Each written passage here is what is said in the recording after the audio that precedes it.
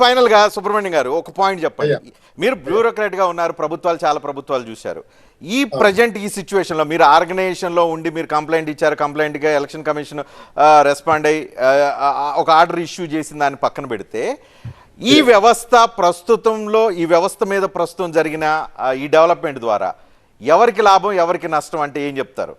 ప్రజాస్వామ్యం point of వ్యూలో, రాజకీయ పార్టీల పాయింట్ ఆఫ్ వ్యూలో, వెల్ఫేర్ ఎవరైతే పొందుతున్నా వాళ్ళ పాయింట్ ఆఫ్ వ్యూలో? కాబట్టి మనం ప్రజాస్వామ్యాన్ని ముందు కాపాడాలండి. దాని తర్వాత ఈ లాభాలు నష్టాలు బెనిఫిట్స్ స్కీమ్స్ ఇవన్నీ తర్వాత వస్తాయండి. ప్రజాస్వామ్యబద్ధంగా ప్రభుత్వాన్ని ఎంపిక చేసుకోని పరిస్థితుల్లో ఇవన్నీ కూడా మనకి వేస్ట్ ఆఫ్ టైం అయిపోతుంది కదా. మన ప్రజాప్రతినిధిని ఎలా ఎన్నిక చేసుకోవాలి, సజావుగా ఎన్నికలు జరుగుతున్నాయా, క్యాండిడేట్స్ అందరికీ సమానమైన అవకాశాలు లభిస్తున్నాయా, నిష్పక్షపాతంగా ఎన్నికల మెషినరీ పనిచేస్తున్నదా, ఇవి చాలా మౌలికమైన విషయాలండి.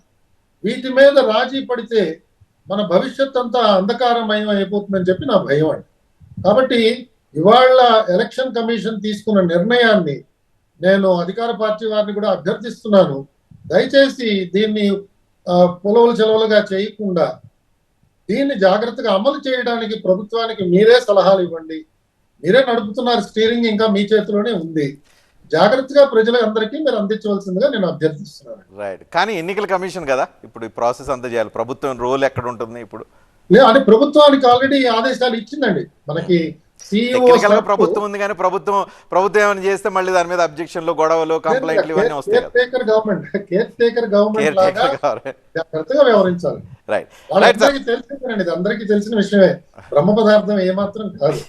రైట్ అండి. Thank you very much L V Subrahmanyam garu. నమస్కారం.